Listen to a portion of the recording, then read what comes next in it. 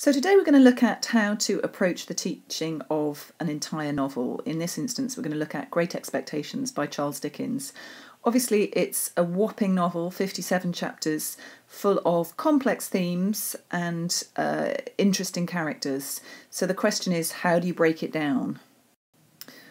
Well, an obvious starting point is the end assessment. And in this instance, it's an exam-based question. And it's going to be a context question. So you can see from the illustration I've given here, there's a short extract given to the students, and then they're usually asked to present a character or a theme. How is a specific character or theme presented by Dickens? Now, when students write these essays under timed conditions, they need to hit specific assessment objectives. Firstly, they need to be able to write in a critical style and use references and quotations to support their points, so that will need to be specifically taught. They also need to analyse language and recognise a little bit of context, and then obviously their writing needs to be tip-top. So now that we know that we need to read the entire novel, because there are context questions that can be based on absolutely any extract, and that there's always a focus on how Dickens presents either a character or a theme, we need to think about medium-term planning. Now, the web is full of medium-term plans. I've got a copy here, and as you can see, some of the medium-term plans aim to nail this novel in 3 or 4 weeks because they're based on coursework. So you've got to be really aware that some of the medium-term plans out there were for different specs, and we really need to think about how we're going to cover this text so that we meet the needs of our students for that very demanding exam. So the next thing you need to do is look at your departmental roadmap, which you should have worked out with your colleagues along the lines of the activity that we did when we looked at the entire new GCSE spec. And you need to have a look at how much time you've allocated for the teaching of Great Expectations or whatever long novel you've chosen. And you might have, for example, 24 lessons and 16 hours worth of homework, so that might be 40 hours in total. So you really need to think carefully about the amount of time that you've got allocated. Now you have an idea of how long you have to teach the text and what assessment criteria you're working towards, it's a really good idea for you to go back and reread the text in its entirety, using annotations and highlighters. You don't want to be reading it with your class and not know what specific words mean. And obviously, as you read it, you will get a sense of what passages might be used to illustrate a specific theme or character, and that's just essential prep work for any teacher. I know it seems like a lot of work up front, but if you teach this text for a number of years, it's really valuable preparation time. If you want to refresh your contextual knowledge, try one of the many documentaries that are out there on YouTube.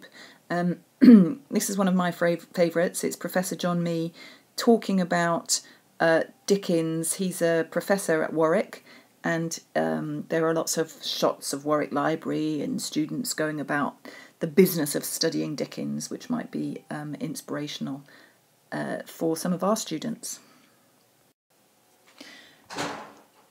When we're teaching this text, it's really important that we demonstrate to our students how we can be literary critics. So Terry Eagleton's written extensively about Great Expectations, and his book, How to Read Literature, is full of interesting commentary on it.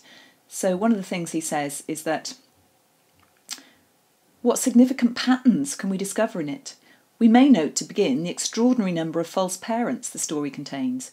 Mrs. Joe is Pip's sister, but behaves as his mother, while her husband, Joe Gargery, is in the position of Pip's father, but is in fact his best friend and metaphorical brother. In the end, to complicate matters further, Pip will recognise in Joe his true spiritual father. In this sense, the Gargery family is a grisly parody of a conventional one, with Mrs. Joe acting as both sister and mother to Pip, and as both wife and mother to Joe. Joe, for his part, acts as both brother and father to Pip.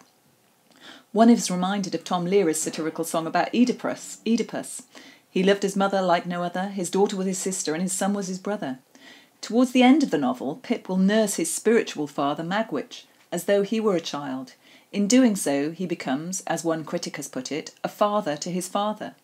There is also a kind of sibling solidarity between the two men, since both were ill-used as children, just as there is between Pip and Joe. If the protagonist is to be redeemed, the criminal or negligent parent must be forgiven, as Cordelia pardons Lear, and the wayward child must accept forgiveness, in his turn, in Pip's case, from Joe and Biddy. Something else that I strongly recommend is getting a copy of the text in an audiobook. So LibriVox has the entire text of Great Expectations recorded. It's free, and both for you and for your students, this is a fantastic supplementary resource. It means that you can listen to the text while you're driving to work, or stick it on your headphones when you're doing those hours of travel on public transport, because the more detail that you have at your fingertips when you're teaching this text, the better. You know, you can't know this text too well, and neither can your students. So I know that lots of my students love having audiobooks, and they will listen and listen again, and it's fantastic for everybody. Another brilliant way of consolidating your subject knowledge is to watch the films that are out there. The most discussed version of this movie is David Lean's version, in which Magwitch is particularly terrifying, so definitely worth a watch. So now you have a really clear idea of the text and the syllabus, two key areas of knowledge, and you need to think about how you're going to introduce it and map it out for your students. We've talked before about the possibility of hooking students in with interesting pre-reading activities, and one idea is to think about what the key themes are in this novel. Clearly, ambition and self-improvement, social class, crime and punishment are key. So you could take one of those, for example, ambition and self-improvement, and ask students to think about what success might mean in a career, in love, and in life, so that they have some sense of what their own great expectations might be. Similarly, you could start with the theme of crime and punishment and engage students with the idea of whether the law is often unfair or ever unfair, what it means to be immoral versus illegal. So there are lots of philosophical questions that you can raise around this, and thinking about Trevor Wright's advice to use comparisons in the classroom. Jean Valjean, who was a convict as a result of stealing some bread, might be a useful starting point because lots of your students might have seen Les Mis. Alternatively, some of them might have had scrapes with the law themselves, and this might be a rich point of departure. So if you've done some pre-reading activities and you really know the text and the spec yourself, it's time to think about how you're going to introduce the actual text to your students. Now, it is worth knowing that Project Gutenberg has got a copy of this text, and if you read it online, if you highlight any unknown words, they will automatically be defined for the students. So if you're working in a school which has iPads, or students read on their phones, this is fantastic because there are a lot of difficult words in the text, and this gets around that. Inevitably, your students are going to have a look at study guides, and there are many of these online. universalteacher.org.uk is an ad-free, reasonably comprehensive overview of the text and its themes. SparkNotes is the go-to study guide at the moment, but it is full of ads, so you might want to just think about cutting and pasting the content so that your students don't get too distracted if you're using study guides in class, or indeed you're recommending them for home use. So back to the nitty-gritty of the medium-term plan. I generally do this with a grid, and I usually do a very rough and ready version to start with, looking at how many slots I've got and imagining to start with where I might fit the chapters. So we're going to do this together, in our session on Dickens. In your first few years of teaching, you've got so much going on that you want to try not to reinvent the wheel if at all possible. So there are lots and lots of teacher resources out there.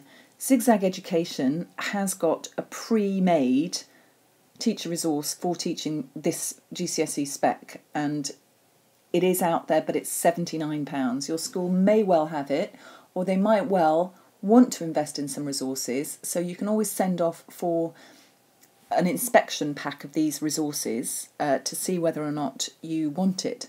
There is quite a comprehensive summary of what's available online if you go to zigzageducation.co.uk, so definitely worth finding out what's out there before you start to totally reinvent the wheel. So my grid is now starting to become a bit more populated. I've started to think about what exactly I want to put in there, and I'm just going to pause and ask myself whether I've covered some of the key ingredients that are absolutely necessary in a medium-term plan. So, for example, have I ensured that I've left time to give them some essay writing under time conditions? Now, you could trust your class to do writing under time conditions at home, or you might think that it's best done in class, so you absolutely know what students can do in a 45-minute or an hour-long period. You might well think that creative writing is not so crucial in this particular scheme of work. It might be great if some of the students are really interested in it, so that might be an extension homework. It's crucial that they know all the key characters, the key themes. They need to know some social and historical context, but as you can see from the mark scheme, that is not as crucial as the themes and motifs. You will need to read a lot together, and they will need to be doing independent reading because you're not going to be able to fit it all into class time. So you might want to then say to yourself, do you need to do retrieval practice or quizzing after every homework?